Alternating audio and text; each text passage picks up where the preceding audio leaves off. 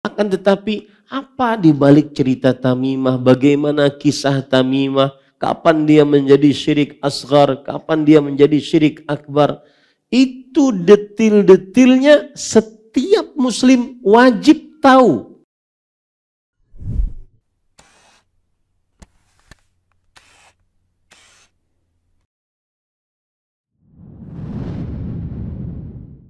Assalamualaikum warahmatullahi wabarakatuh. Bismillahirrahmanirrahim. Innal hamdalillah nahmaduhu wa nasta'inuhu wa nastaghfiruh wa na'udzu billahi min shururi anfusina wa sayyiati a'malina. Man yahdihillahu fala mudilla lahu wa man yudlil fala hadiya lahu. Wa ashhadu an la ilaha illallah wahdahu la syarika lah wa ashhadu anna Muhammadan abduhu wa rasuluh. Ya haqqa tuqatihi wa la tamutunna illa wa antum muslimun. Ya ayyuhan nasu taqu rabbakumul ladzi khalaqakum min nafsin wahidah wa khalaqa minha zawjaha وبث منهما رجالا كثيرا ونساء واتقوا الله الذي تساءلون به والأرحام إن الله كان عليكم رقيبا يا أيها الذين آمنوا اتقوا الله وقولوا قولا سديدا يصلح لكم أعمالكم ويغفر لكم ذنوبكم ومن يطع الله ورسوله فقد فاز فوزا عظيما. أما بعد فإن أصدق الحديث كتاب الله وأحسن الهدي هدي محمد صلى الله عليه وعلى آله وسلم وشر الأمور محدثاتها وكل محدثة بدعة وكل بدعة ضلالة وكل ضلالة في النار.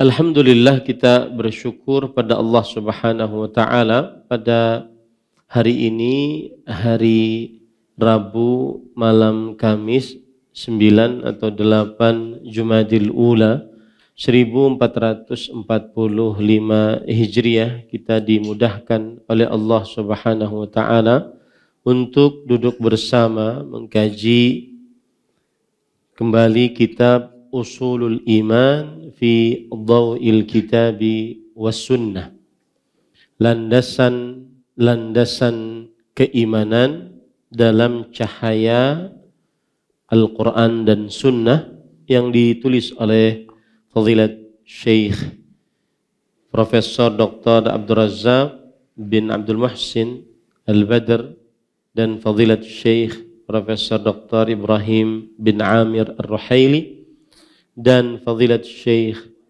Dr. Saleh bin Sa'ad As-Suhaimi rahimahullah wa hafizahum.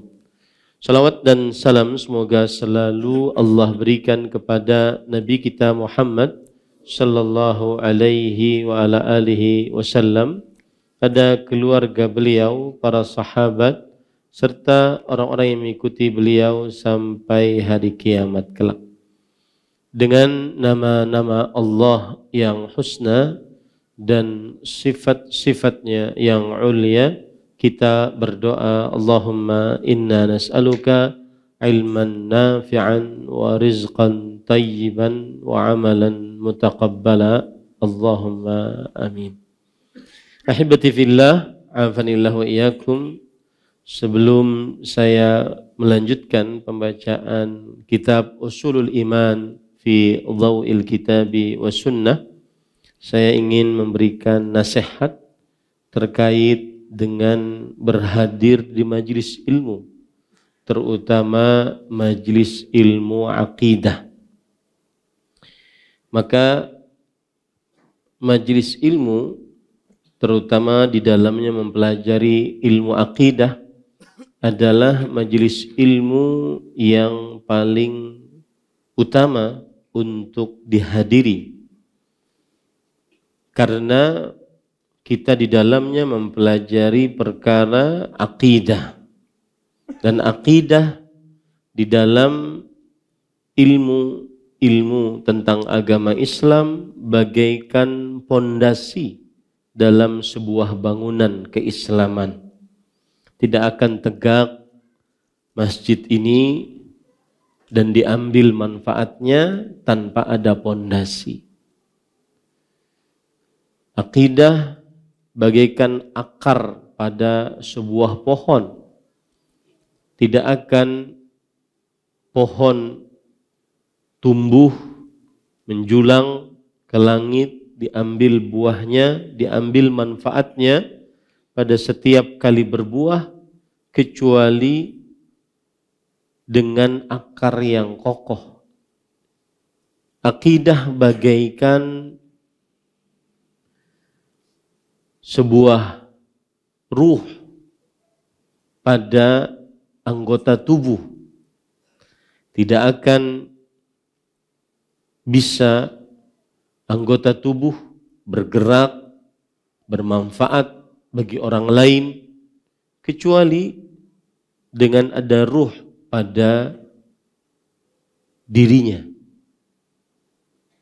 Allah Subhanahu wa taala berfirman, "Alam tara kaifa daraballahu mathalan kalimatan thayyibah kasyajaratin thayyibah asluha thabitun wa far'uha fis sama' tu'ti ukulaha kulla hinin bi'idzni rabbiha wa yadribullahu al-amthala lin-nas la'allahum yatadhakkarun."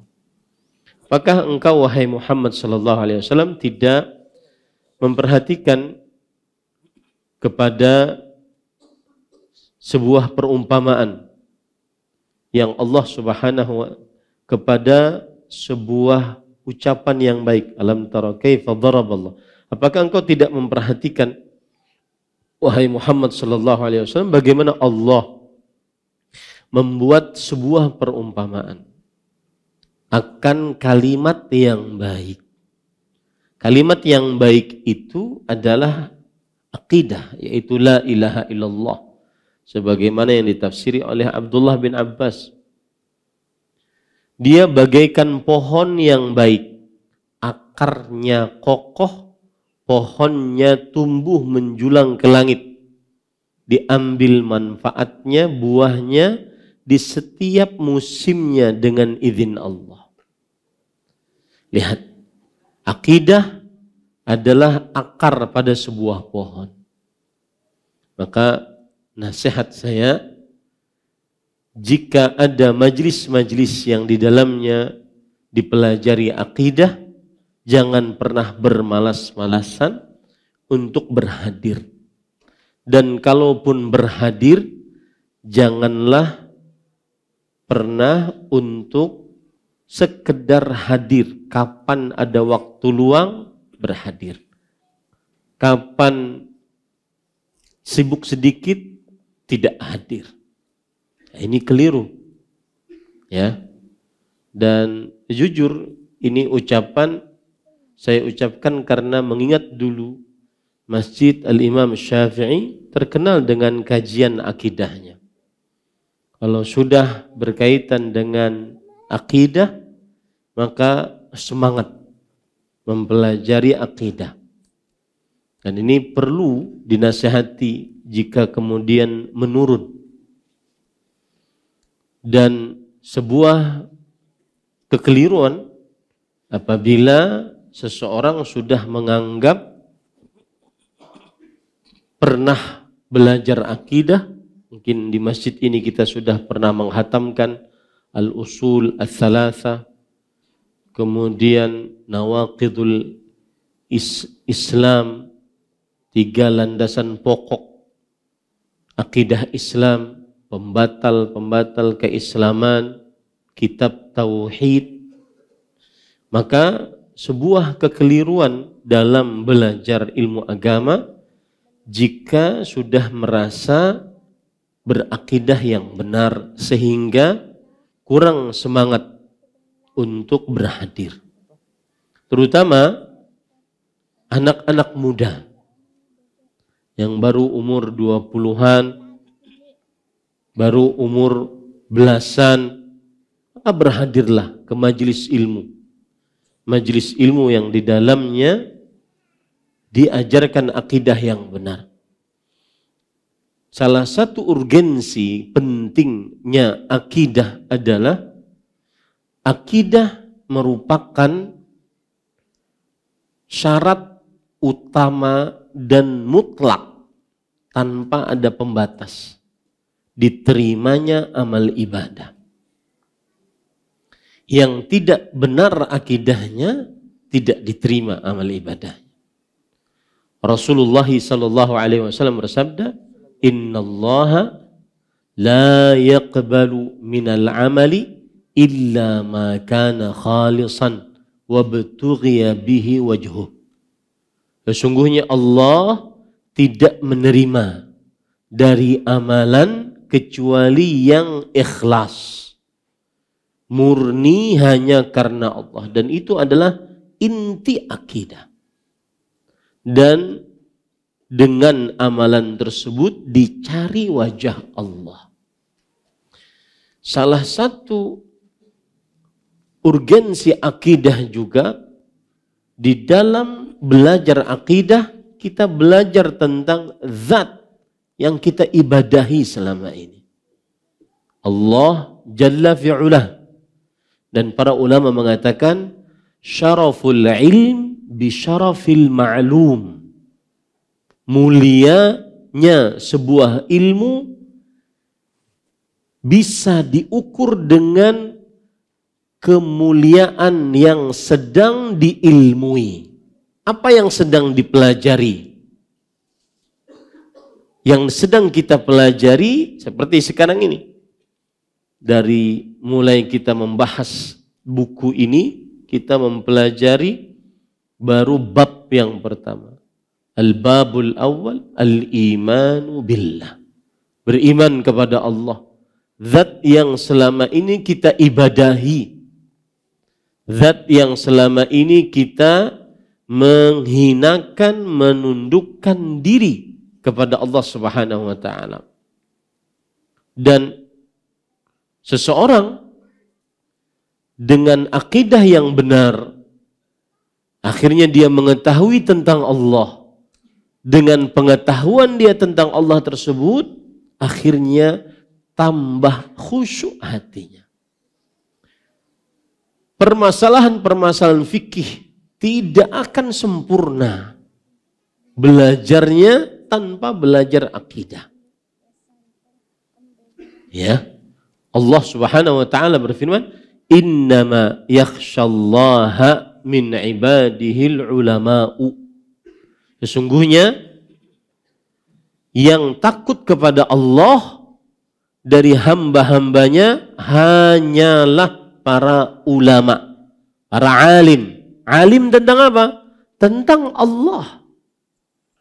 Alim tentang keyakinan yang ada di dalam qalbunya, baru menumbuhkan ketinggian kekhusyuan kepada Allah Subhanahu wa ta'ala. Maka saya nasihatkan pada para jamaah sekalian, istiqamahlah di dalam majlis ilmu akidah. Dan juga ajak kawan-kawan yang lain yang dulu bersama kita duduk di majlis ilmu, semangat untuk menimba ilmu agama, akan tetapi mungkin sekarang disibukkan dengan hal-hal selain majelis ilmu.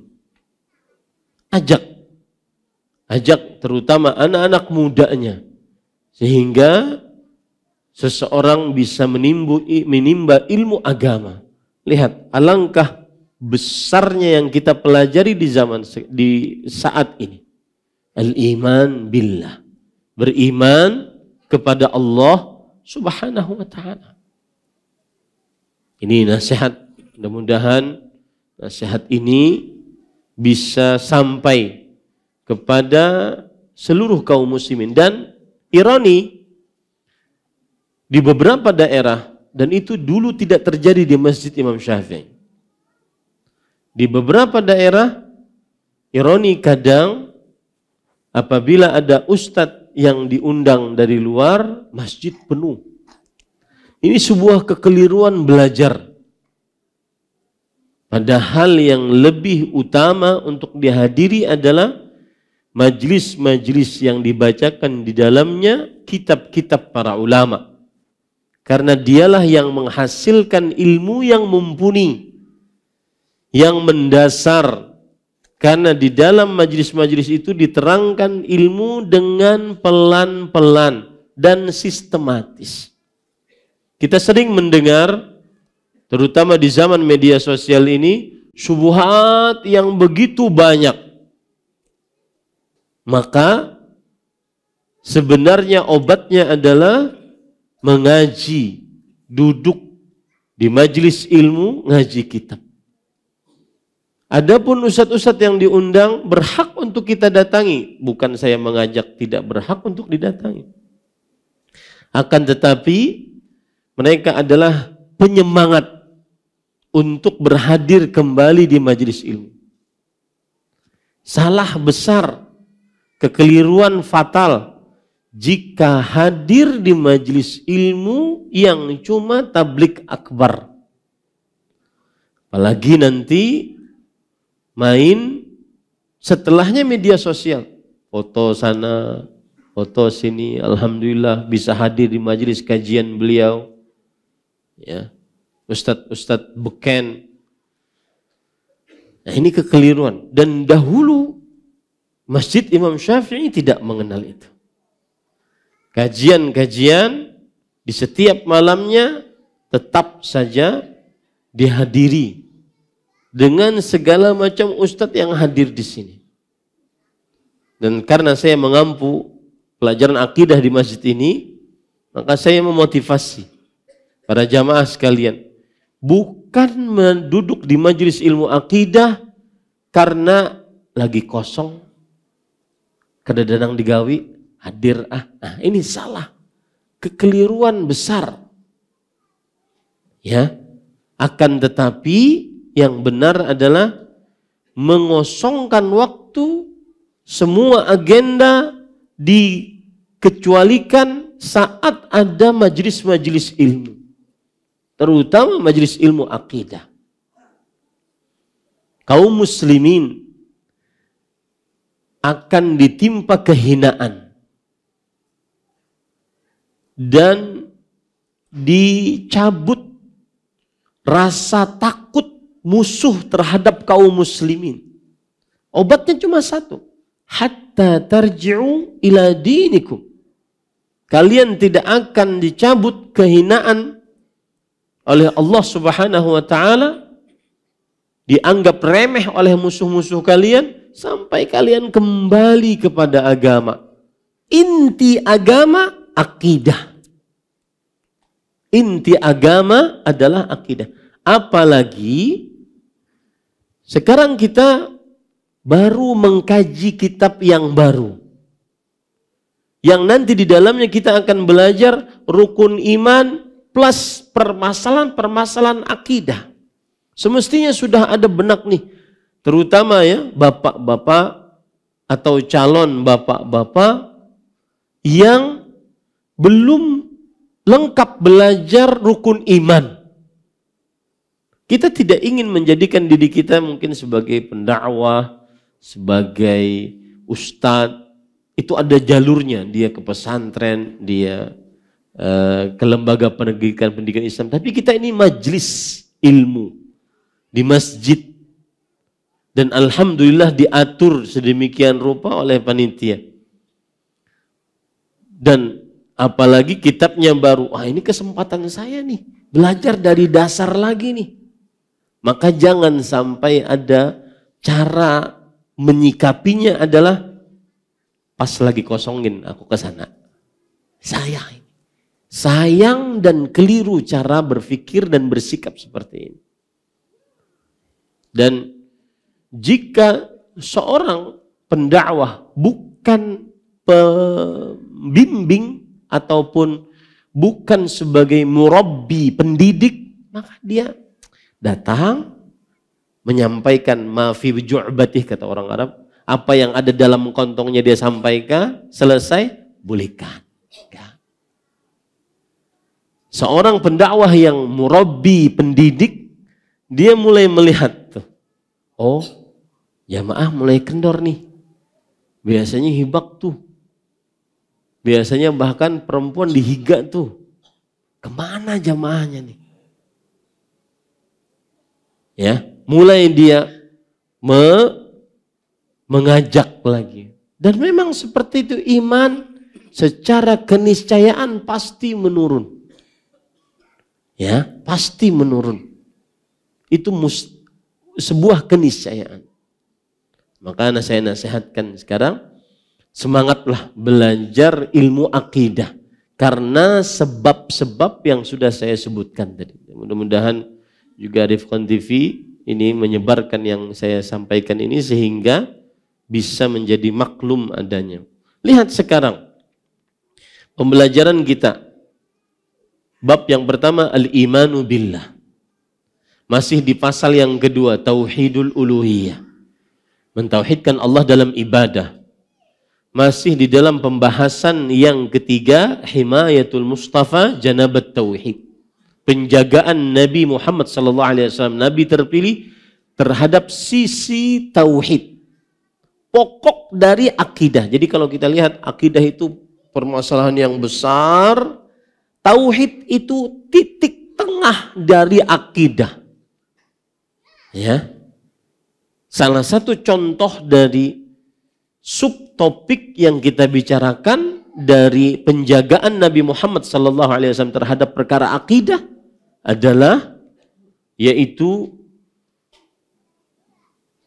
sebelumnya kita membicarakan tentang ruqyah, bagaimana Nabi Muhammad SAW dengan hadis-hadisnya dan sikap-sikapnya menjaga tauhid dalam perkara ruqyah.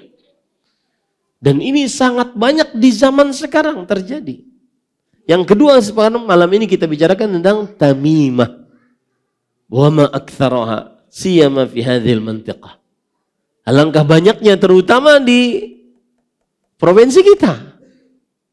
Tamimah, jimat dengan segala macam bentuknya yang digelangkan, dikalungkan di anak-anak kecil, kain-kain hitam atau benang-benang hitam. Dan kita mempelajarinya, saya dipesani oleh Syekh pengarang kitab ini. Dalam sebuah majelis khusus, beliau berkata, Fadilat Syekh Ibrahim bin Amir Ruhaili, ajari umatmu hal yang mendetil dari perkara akidah. Mungkin Bapak Ibu tahu bahwa memakai jimat, tamimah adalah kesyirikan.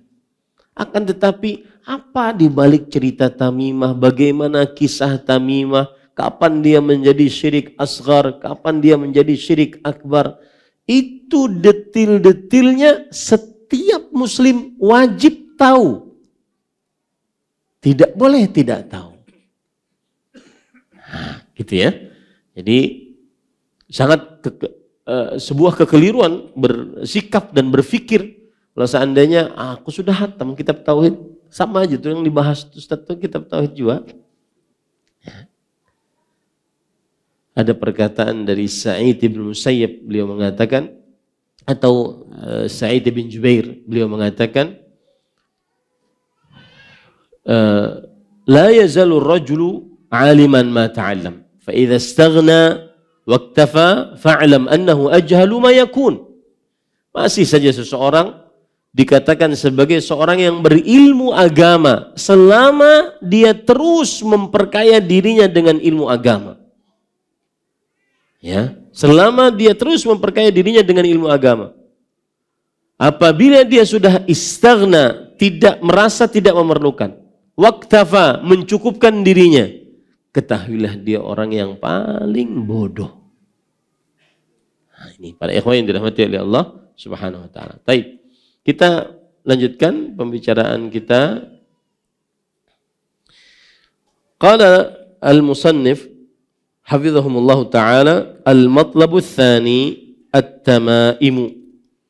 Alif ta'rifuha at-tamaimu jam'u tamimah wa hiya ma yu'allaqu 'ala al-'unuq wa ghairihi min ta'widhatin aw kharazatin aw 'idhamin aw nahwiha li jalbi naf'in aw daf'i dharrin wa kana al-'arabu fil jahiliyah yu'alliqunaha 'ala auladihim yattaquna biha al-'aina bi za'mihimul batil.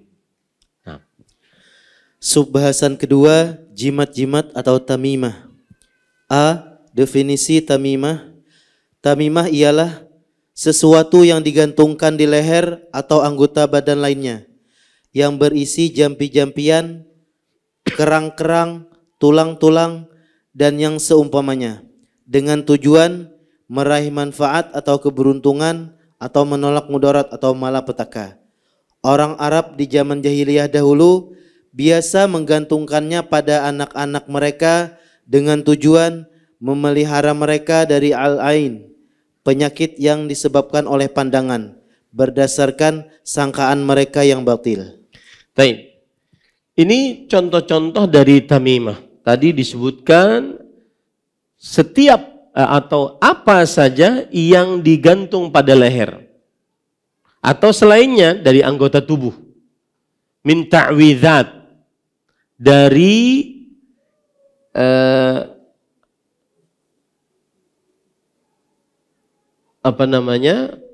yang bentuk-bentuk seperti ini, ya, dari bentuk-bentuk baik itu kerang, baik itu kulit yang dijahit,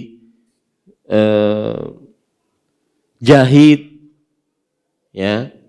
Dan akhirnya pada zaman sekarang diambil segala macam jimat yang dipakai. Orang-orang Arab dahulu mereka pakaikan kepada anak-anak mereka untuk menghalangi anak tersebut dari penyakit ain. Apa itu penyakit ain? Penyakit ain adalah mata jahat yang memberikan keburukan kepada yang dilihat oleh si mata tersebut.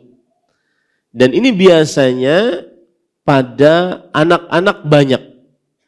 Karena tidak dijaga dengan bacaan-bacaan, minta perlindungan kepada Allah Subhanahu wa taala. Di antaranya juga contohnya seperti ini.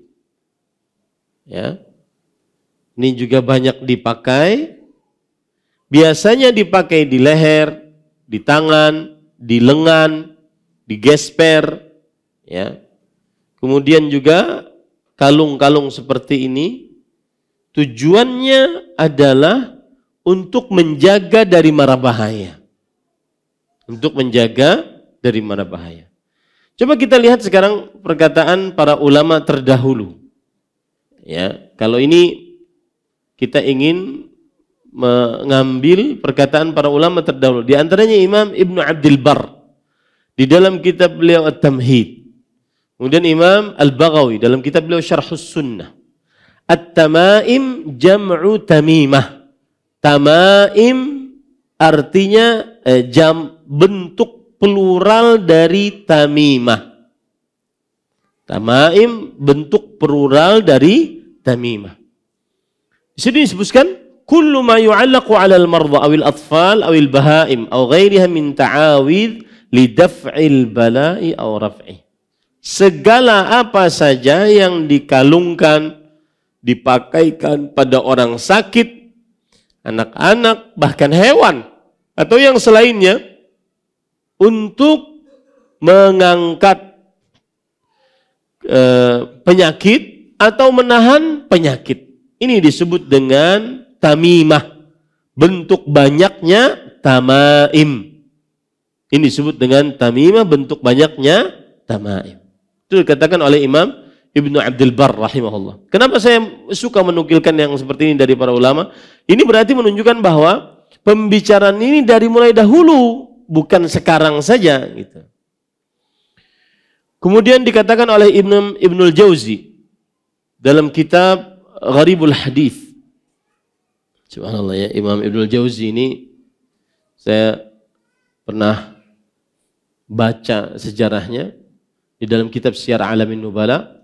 Ibnul Jauzi alimul Iraq, wa wa'idhul afaq. Imam Ibnul Jauzi adalah alimnya negeri Irak dan ahli nasihatnya seluruh penjuru dunia. Kenapa beliau sampai bisa begitu? Beliau sangat haris terhadap ilmu agama. Sangat semangat untuk belajar ilmu agama. Bahkan saat beliau di dalam sakitnya yang di situ beliau meninggal, ketika beliau mendengar ada doa yang diriwayatkan dan bagus, maka beliau minta didatangkan pena dan lauhah, yaitu alas untuk beliau tulis. Kemudian beliau ditanya, ala hadhil halah, sampai keadaan demikian engkau juga ingin mengambil ilmu agama? Maka subhanallah, beliau mengatakan ala hadhil halah. Sampai keadaan demikian. Bahkan disebutkan juga Sufyan Ats-Tsauri rahimahullah, sama dalam keadaan mau meninggal juga. Beliau mendapatkan riwayat yang baik, perkataan yang baik, kemudian beliau minta didatangkan pena. Kemudian beliau mengatakan, taktubu ala hadhil hala, engkau akan menulis dalam keadaan sakit keras seperti ini. Kata beliau, innahu hasan. In katabtu wa baqitu fakatabtu hasanan. Wa in mittu fakataballahu indi hasanan. Ini tulisan baik, ini perkataan baik, maka aku tulis. Kalau aku masih hidup setelah ini, berarti aku punya simpanan yang baik-baik. Kalau aku mati, berarti tertulis di sisi Allah Subhanahu wa taala sesuatu yang baik. Subhanallah. Generasi-generasi seperti itu yang menghasilkan ilmu yang mumpuni. Itu keberkahan di dalam ilmu agama. Nah, kembali Imam Ibnul Jauzi mengatakan innat tamaima minasyirik. Sesungguhnya tamimah termasuk dari kesyirikan. Wahia kharazatun kanatil arabu tu'alliqu 'ala sibyan yattaquna biha al-'aina bi za'mihim. Dan dia adalah sebuah kalung-kalung atau yang digantung. Orang-orang Arab terdahulu menggantungkannya pada bayi-bayi dengan sangkaan itu bisa menahan penyakit ain, mata yang jahat, bisa memberikan keburukan kepada orang lain. Falamma aradu daf'al maqadir bidzalika kana syirkan. Nah ini kita tidak akan dapatkan kecuali di majelis ilmu para ikhwah. Seorang kalau di luar sana mungkin dikatakan, saya sudah tahu bahwa yang menggantung tamimah adalah kesyirikan. Kenapa? Jawabannya adalah faramma aradu daf'al maqadir bidzalika kana syirkan.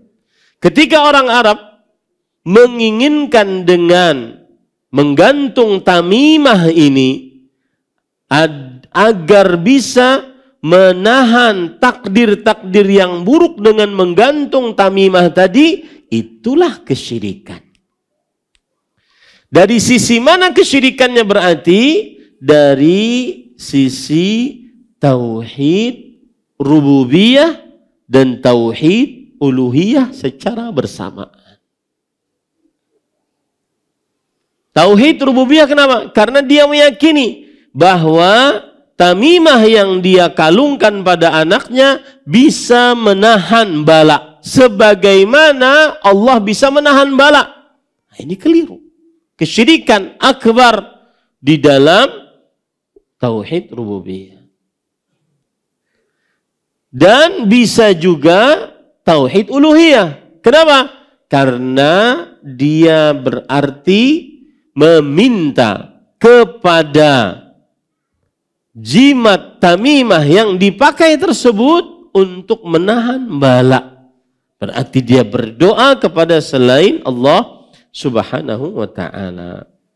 Ini para ikhwah yang dirahmati oleh Allah Subhanahu wa ta'ala. Nah, kita lanjut. Hukmuha at-tahrim bal huwa naw'un min anwa'i syirik. lima fiha min at-ta'alluqi bi ghairillah idh la dafi'a illa Allah wa la yutlabu daf'ul mu'dhiyat illa billah wa asma'ihi wa sifatihi. An Ibnu Mas'ud radhiyallahu anhu qala sami'tu Rasulullah sallallahu alaihi wasallam yaqul inna ar-ruqa wat-tama'ima wat-tiwalata syirk rawahu Abu Dawud wal Hakim. Nah, B. Hukum tamimah. Hukum tamimah adalah haram. Bahkan ia merupakan salah satu jenis syirik karena mengandung unsur ketergantungan kepada selain Allah. Padahal tidak ada yang dapat menolak bala kecuali Allah. Oleh karena itu tidak boleh memohon bantuan untuk menolak semua yang dapat menyakiti kecuali kepada Allah dengan menyebut nama-nama dan sifat-sifatnya.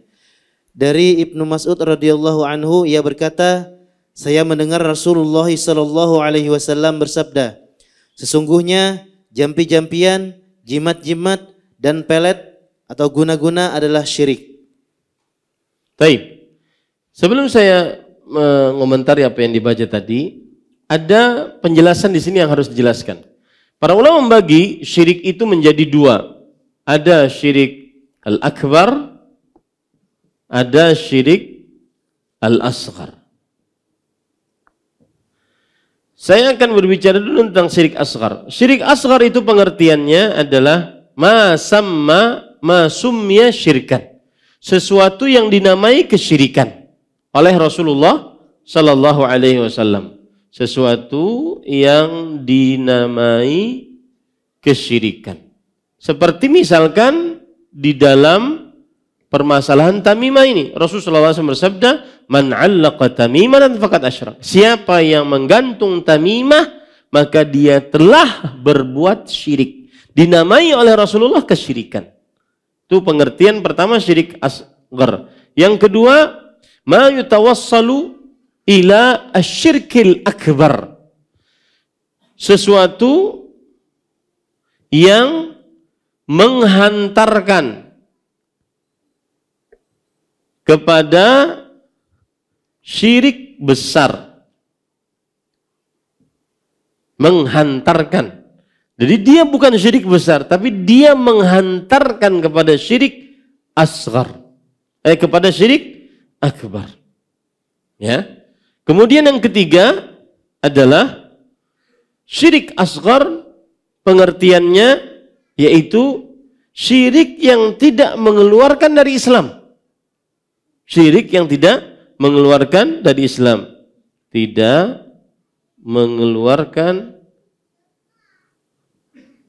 dari Islam.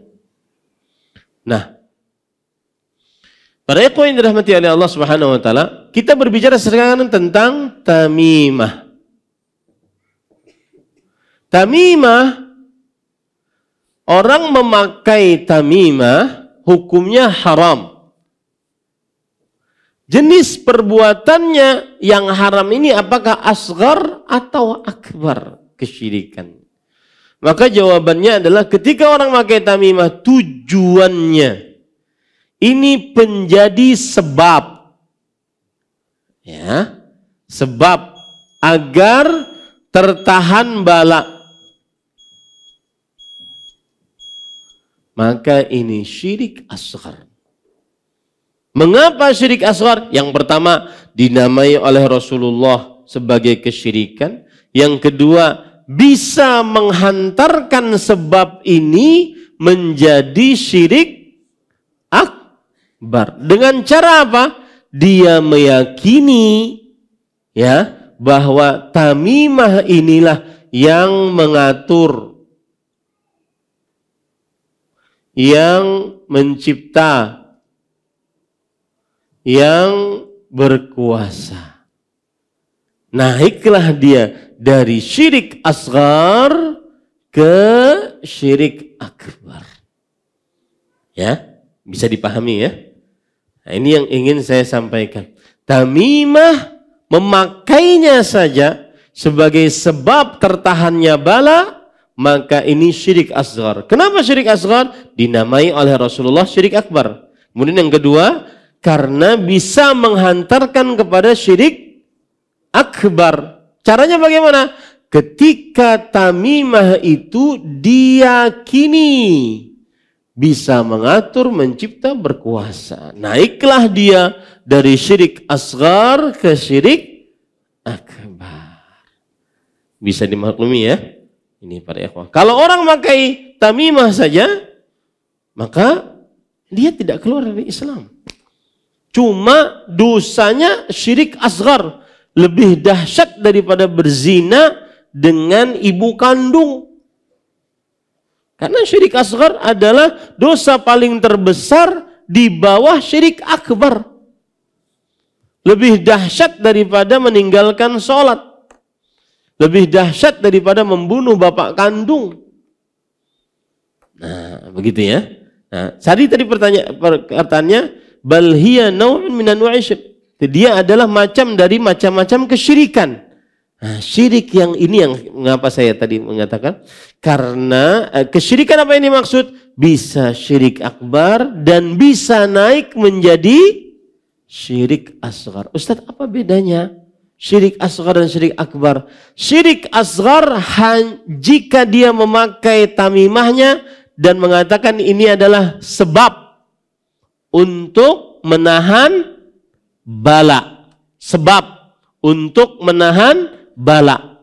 Di situ dia letak syirik asgharnya.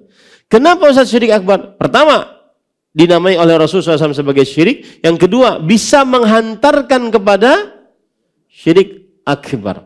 Yang ketiga, dia menjadikan sesuatu sebagai sebab yang bukan sebab. Itu kesyirikan asghar. Menjadikan sesuatu sebagai sebab yang bukan sebab. Misalkan nih, spidol, pian gantung di sini dengan niatan agar dapat jodoh lakas. Bini satu kah, bini dua kah, jodoh lakas nih, gantung. Maka dengan spidol ini berarti dia sudah melakukan syirik asghar. Apa sebabnya? Karena menjadikan sesuatu sebagai sebab padahal dia bukan sebab. Gitu ya. Bisa naik menjadi syirik asghar kalau spidol ini diyakini yang mengatur, mencipta dan berkuasa. Penulis kemudian membawakan dalil dari Ibnu Mas'ud radhiyallahu anhu. Ibnu Mas'ud nama lengkapnya adalah Abdullah bin Mas'ud radhiyallahu anhu. Ahli tafsir, sahibul wisadah, orang yang wasiwak, sahabat Nabi yang sering membawa bantal, sendal, dan siwaknya Rasulullah sallallahu alaihi wasallam. Ahli Quran. Bahkan beliau sampai mengatakan, "Lau anni a'lamu anna rajulan a'lama binni bi kitabillah tablughuhul matil ataitu." Kalau ada orang yang aku ketahui dia lebih pintar dariku tentang Al-Quran dan aku bisa menggapainya, menemuinya dengan menaiki onta, aku akan datangi dia. Ini bukan kesombongan, akan tetapi memperlihatkan kedudukan Abdullah bin Mas'ud radhiyallahu anhu. Kunyahnya Abu Abdurrahman. Beliau berkata, saya mendengar Rasulullah SAW bersabda, sesungguhnya ar-ruqa, sudah kita pelajari, ruqyah, bacaan-bacaan, jampi-jampi, dan tamimah, jimat-jimat, dan tiwalah. Tiwalah itu apa? Para ikhwah, kita baca perkataan para ulama. Imam Abu Sulaiman Al-Khattabi rahimahullah mengatakan, innahu darbun minas sihr. Tiwalah adalah semacam praktek sihir.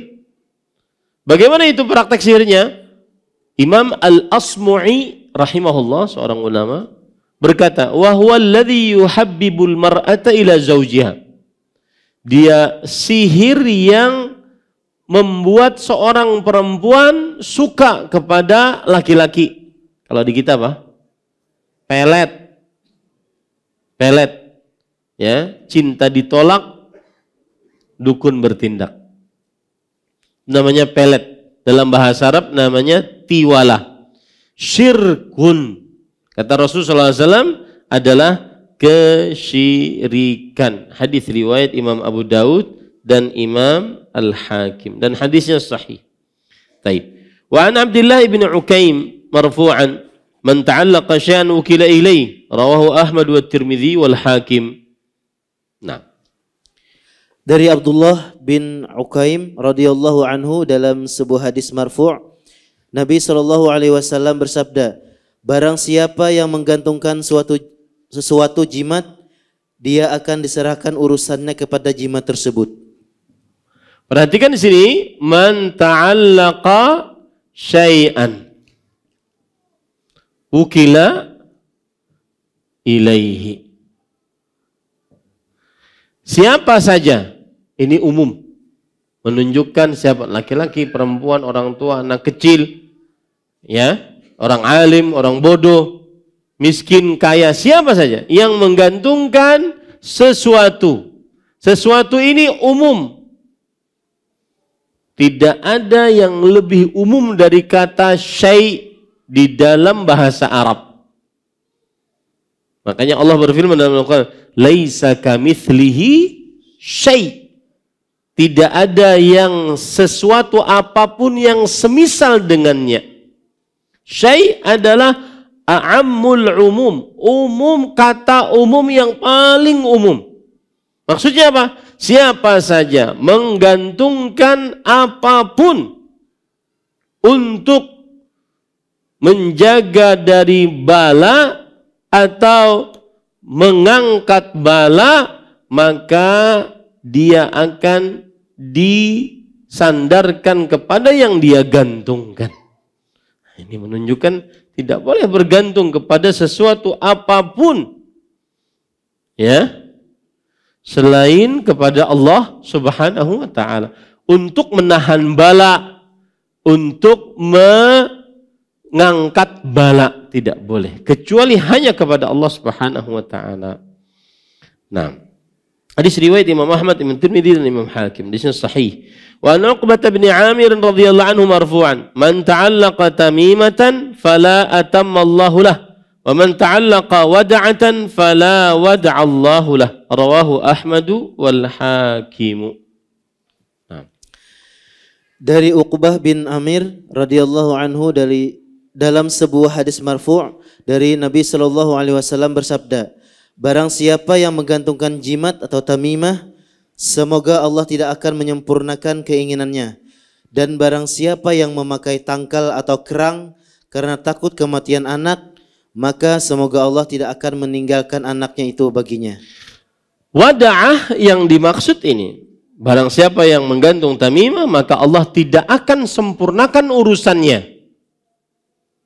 Barang siapa yang menggantung wada'ah, wada'ah ini, kerang-kerang seperti ini, ya, maka Allah tidak akan menyempurnakan apa yang dia tinggalkan. Ini para ikhwan yang dirahmati oleh Allah Subhanahu wa taala. Maka Allah tidak akan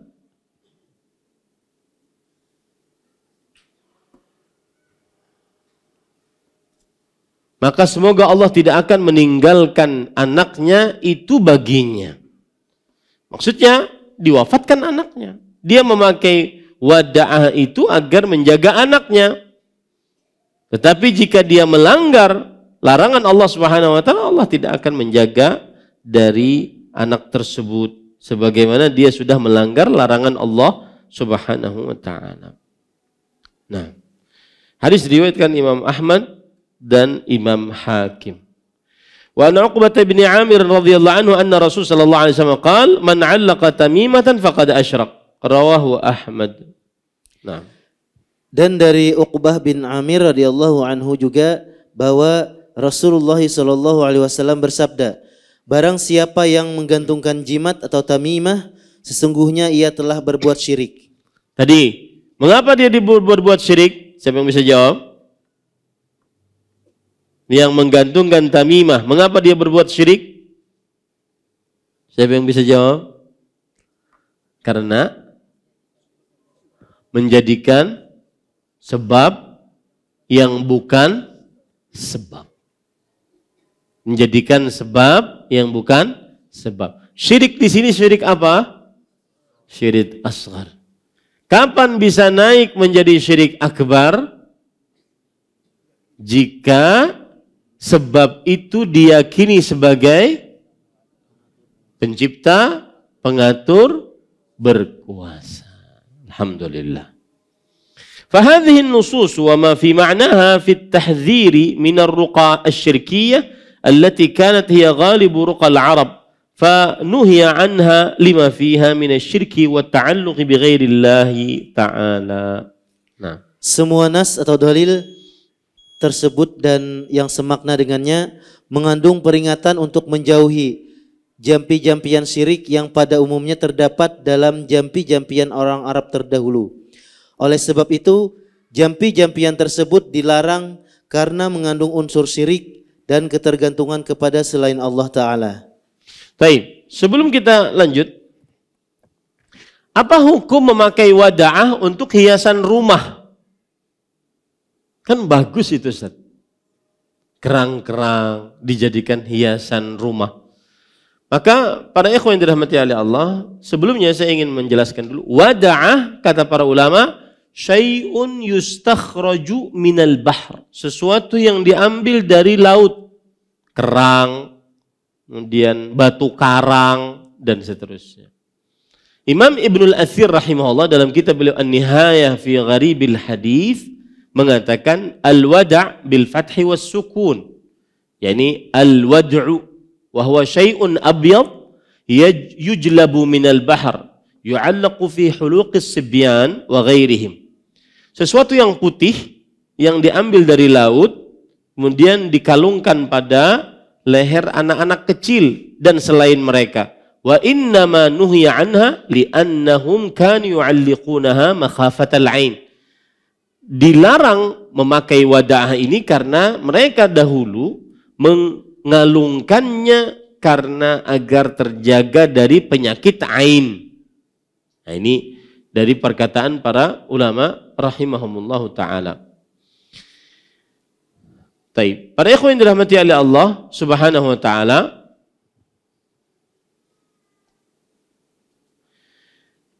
lalu bagaimana memakai wada'ah ini sebagai hiasan rumah? Jawabannya adalah tidak mengapa. Dengan tidak meyakini keyakinan-keyakinan yang rusak, yang menyimpang dari keyakinan tauhid, maka ini tidak mengapa. Kenapa tidak mengapa, Ustaz? Li'annal asla al-ibahah. Karena asal hukumnya adalah diperbolehkan berdasarkan firman Allah dalam surah Al-Baqarah ayat 29. Huwallazi khalaqalakum ma fil ardi jami'an. Dialah Allah yang telah menciptakan untuk kalian apa saja yang di atas muka bumi ini seluruhnya. Begitu juga dalam surat Al-A'raf ayat 32. Qul, katakanlah wahai Muhammad, man harrama zinatallahi allati akhraja li'ibadi wa tayyibati minar rizq. Siapakah yang mengharamkan perhiasan yang Allah telah keluarkan untuk hamba-hambanya dan hal-hal yang baik dari rezeki? Qul hiya lilladzina amanu fil hayati dunya khalisatan yaumil qiyamah. Katakanlah, itu semua untuk orang-orang beriman di kehidupan dia dunia dan nanti juga untuk orang-orang beriman secara khusus di akhirat. Jadi para ikhwan yang dirahmati oleh Allah Subhanahu wa taala tidak mengapa memakai itu. Akan tetapi para ikhwan yang dirahmati oleh Allah Subhanahu wa taala menjauhinya lebih utama. Kenapa? Karena ada syubhat nanti, ada hati. Apalagi kalau seandainya rumah terbakar, kemudian wada'ahnya tidak terbakar. Ya. Kan ada aneh tuh. Orang menyimpan jimat di dalam rumah. Kemudian rumahnya terbakar.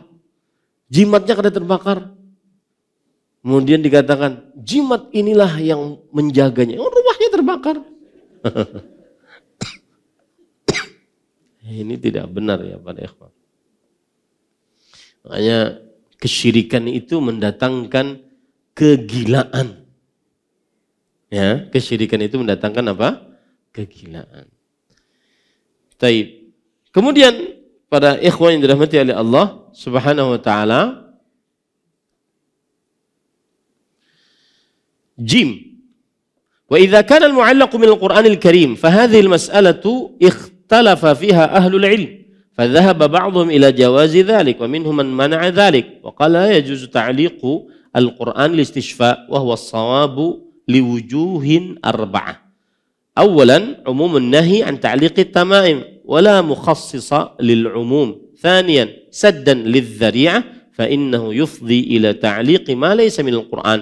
ثالثا أنه إذا علق فلا بد أن يمتهن معلق أم يمتهن المعلق بحمله معه في حال قضاء الحاجة والاستنجاء ونحو ذلك. رابعا أن الاستشفاء بالقرآن ورد على صفة معينة وهي القراءة به على المريض فلا تتجاوز. نعم. C.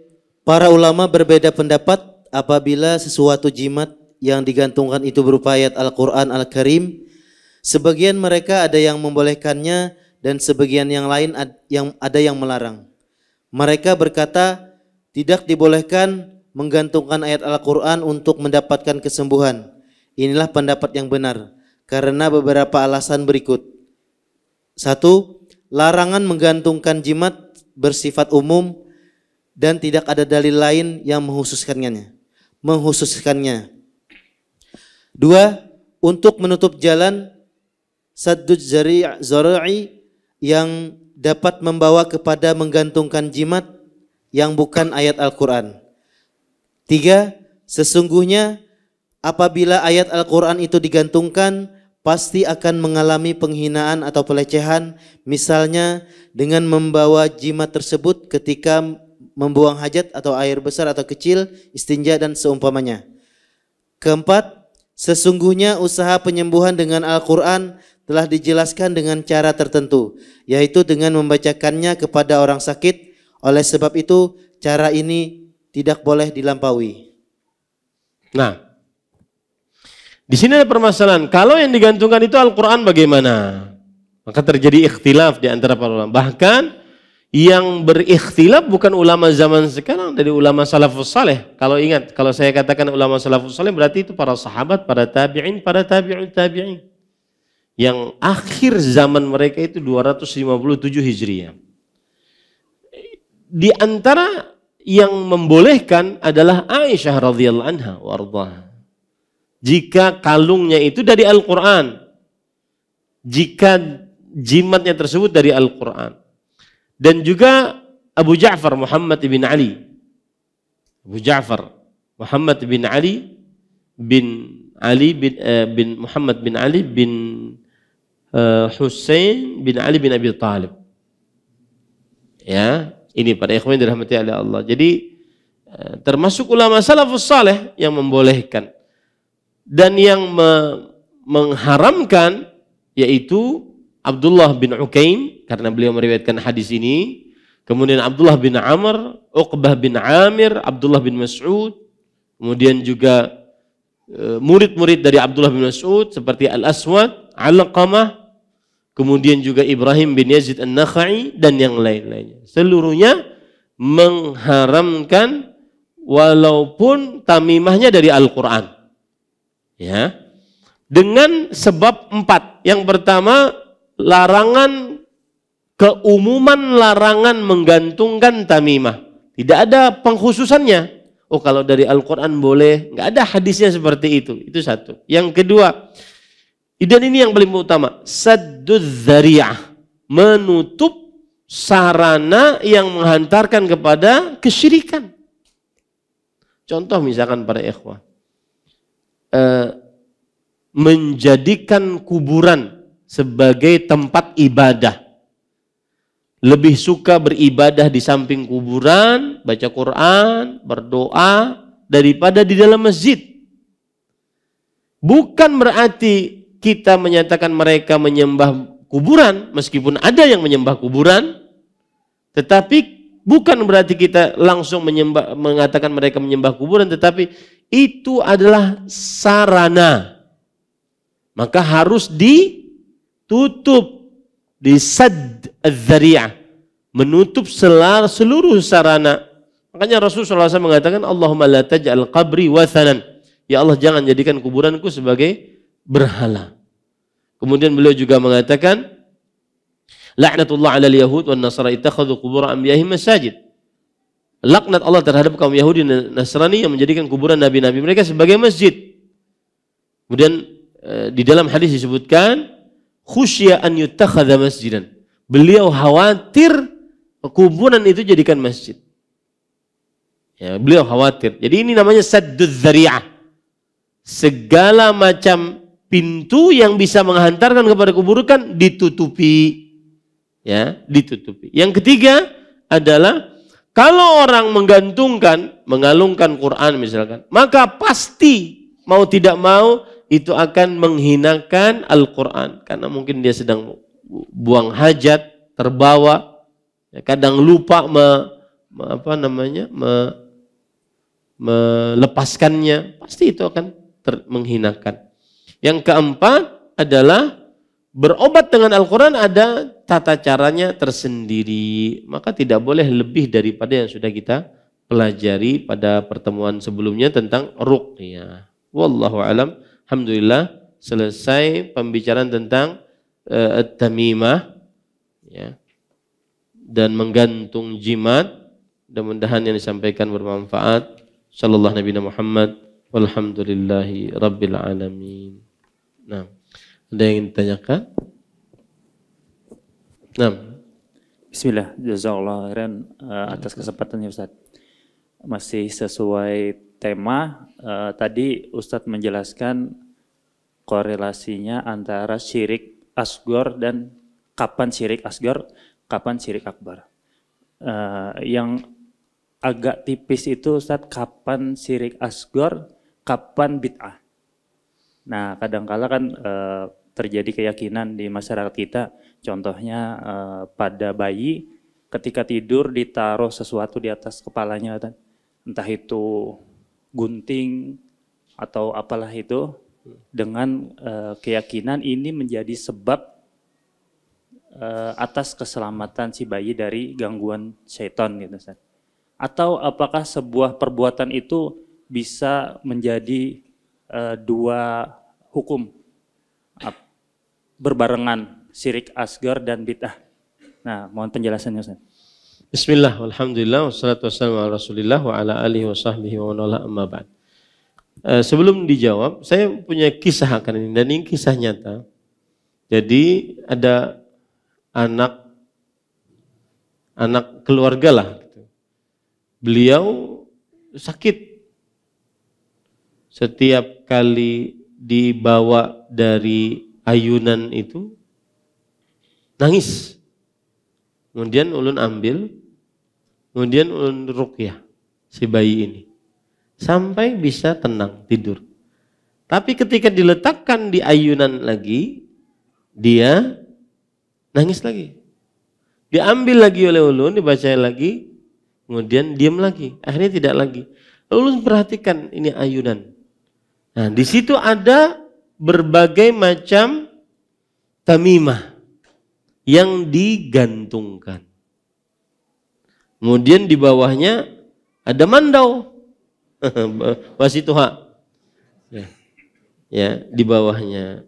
Nah, itu yang membuat akhirnya bayi itu tidak tenang. Ini kejadian nyata. Ya, tidak bohong. Kejadian nyata. Nah, itu cerita. Adapun jawaban dari pertanyaan tadi, sangat bisa terjadi percampuran antara syirik asghar dengan perbuatan bid'ah. Bahkan bisa dikatakan tamimah menjadikan sesuatu sebagai sebab dengan asumsi dia bisa menahan mara bahaya atau mengangkat mara bahaya. Ini adalah percampuran antara dua dosa besar. Syirik asghar karena menjadikan sesuatu yang bukan sebab dijadikan sebagai sebab. Yang kedua, perbuatan bid'ah karena belum pernah dikerjakan oleh Rasulullah Sallallahu Alaihi Wasallam. Jadi bisa dua-duanya. Bisa dua-duanya. Dan itu masih banyak tersebar di masyarakat. Dan itu yang herannya kadang kita menganggap majelis akidah, majelis yang biasa, yang tidak perlu dihadiri, yang sudah hatam, dan seterusnya. Jadi bisa tergabung dua poin tersebut. Syirik asghar dan perbuatan bid'ah. Bahkan syirik akbar juga bisa. Ya. Dan dia termasuk daripada perbuatan bid'ah. Wallahu a'lam. Nah, ada yang lain? Silakan. Maju maksudnya. Ada mic biar kedengaran ibu-ibu.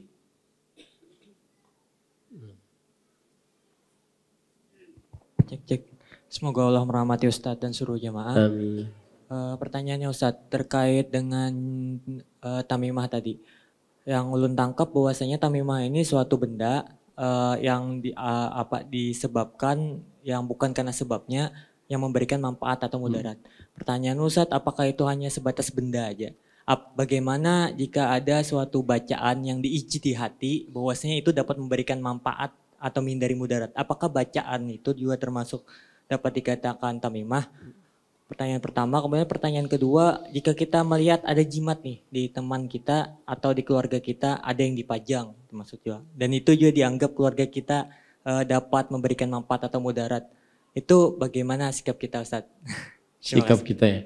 Bismillah, walhamdulillah, wassalatu wassalamu ala rasulillah wa ala alihi wa ashabihi wa man wala amma ba'd. Kalau bacaan dia lebih condong kepada bid'ah.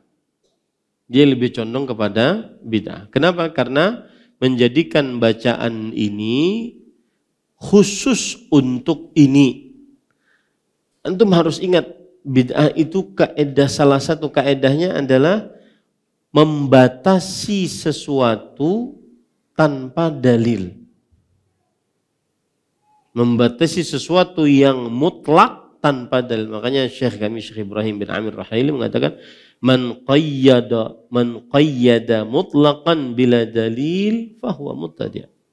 Siapa yang membatasi sesuatu yang mutlak tanpa dalil, maka dia adalah pelaku bid'ah. Pembatasan itu 6. Waktu, tempat, jumlah bilangan, jenis, tata cara, sebab. Nah, tadi orang mengkhususkan bacaan tertentu dengan sebab ingin terjaga dari penyakit, maka ini bid'ah. Kapan dia termasuk kesyirikan?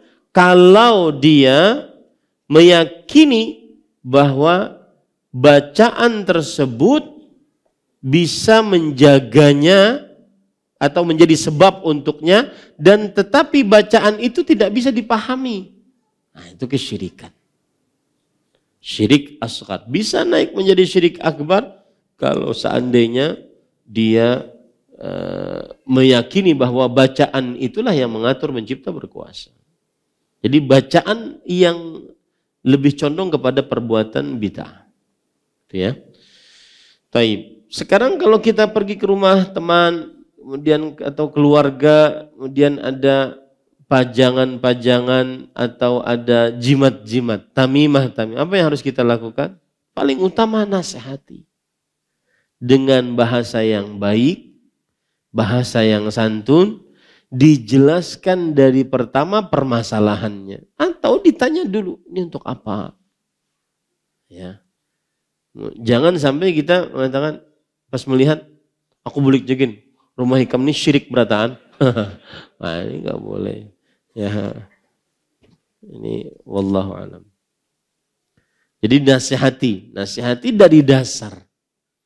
Dasar sebagai tauhid dulu. Ya, dan itu lama, harus duduk lama menjelaskan dari dasar. Ya, wallahu alam.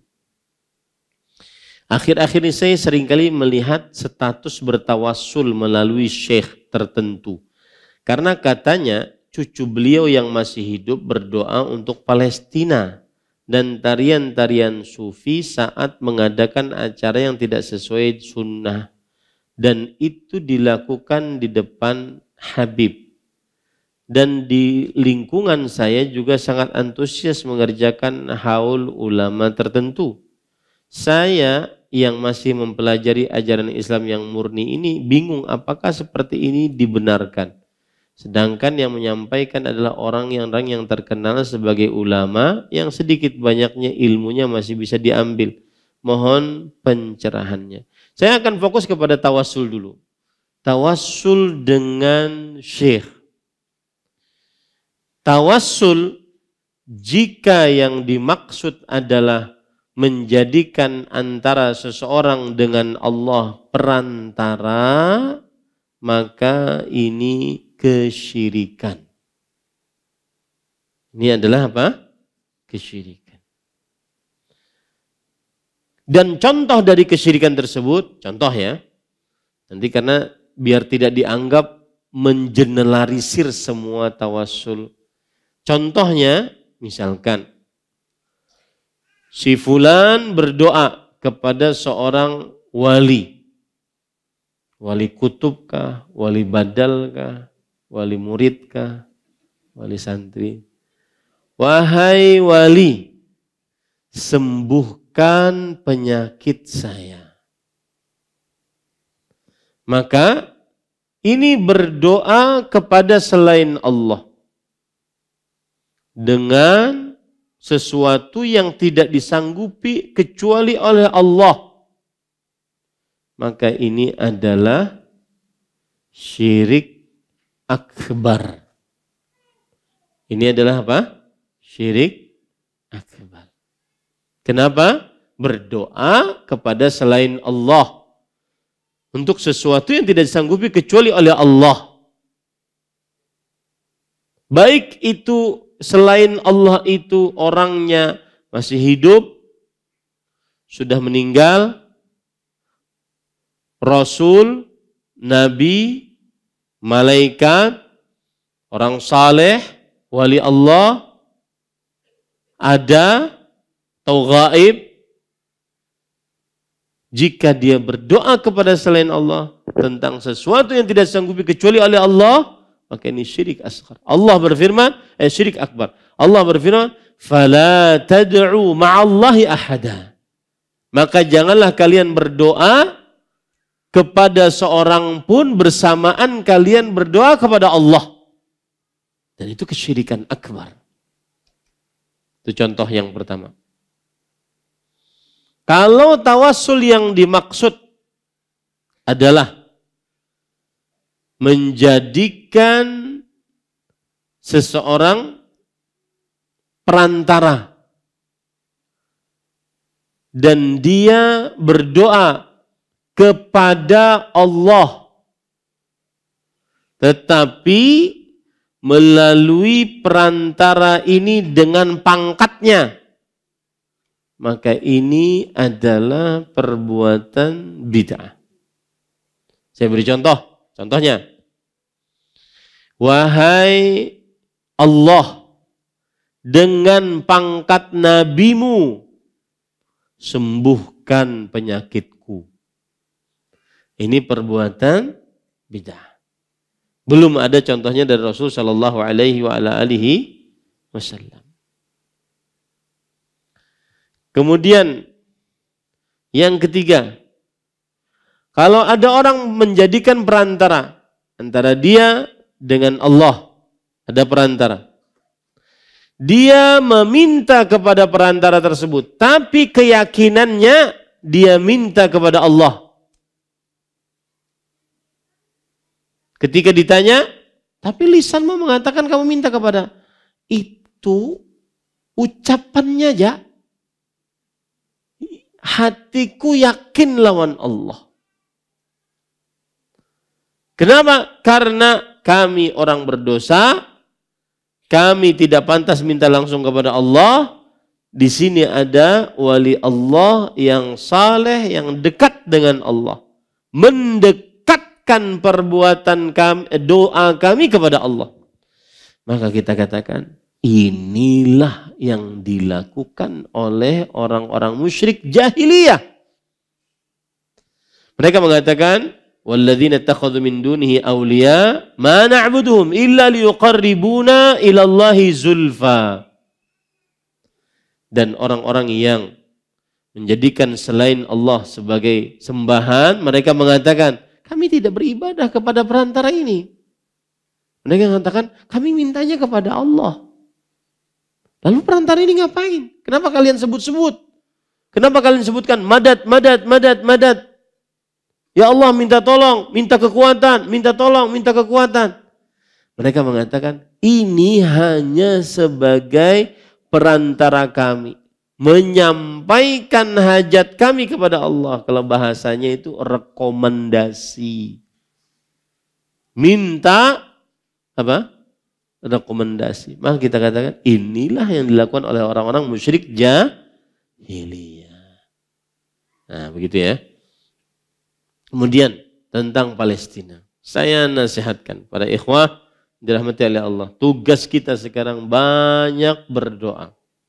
Dan banyak bertaubat. Tidak akan mungkin kaum muslimin dimenangkan oleh Allah kecuali ketika kita menolong Allah. In tansurullah yansurukum wa yutsabbit aqdamakum. Jika kalian menolong Allah, maka Allah akan menolong kalian dan menetapkan kaki-kaki kalian. Yang dimaksud dengan menolong Allah adalah menegakkan tauhid, menjauhi kesyirikan, menegakkan sunnah, menjauhi perbuatan bid'ah, menegakkan ketaatan, menjauhi maksiat. Mana akan diberi menang kalau seandainya masih mengerjakan, mendengarkan musik, video-video dari orang kaum muslimin yang berjihad melawan orang-orang kafir, Zionis, diberikan musik, mana menang? Gak akan menang. Gak akan menang. Ya. Tugas kita sekarang berdoa dan menolong agama Allah. Dengan cara apa? Menegakkan tauhid, memerangi kesyirikan. Menegakkan sunnah, memerangi bid'ah. Menegakkan ketaatan, memerangi kemaksiatan. Hanya omong kosong kalau seandainya seseorang ingin kemenangan bagi kaum muslimin, sedangkan jauh api dari panggang, kata orang. Ya, masih penuh dengan kemaksiatan dan seterusnya. Ini para ikhwah yang dirahmati oleh Allah Subhanahu wa taala. Wallahu alam. Sallallahu nabiyana Muhammad alhamdulillahirabbil alamin. Subhanakallahumma hamdik asyhadu an la ilaha illa anta astaghfiruka wa atubu ilaik. Wassalamualaikum warahmatullahi wabarakatuh. Terima kasih. Jazakumullahu khairan wa barakallahu fikum. Video ini dibuat atas partisipasi dari donasi Anda. Semoga menjadi amal jariah bagi Anda semuanya.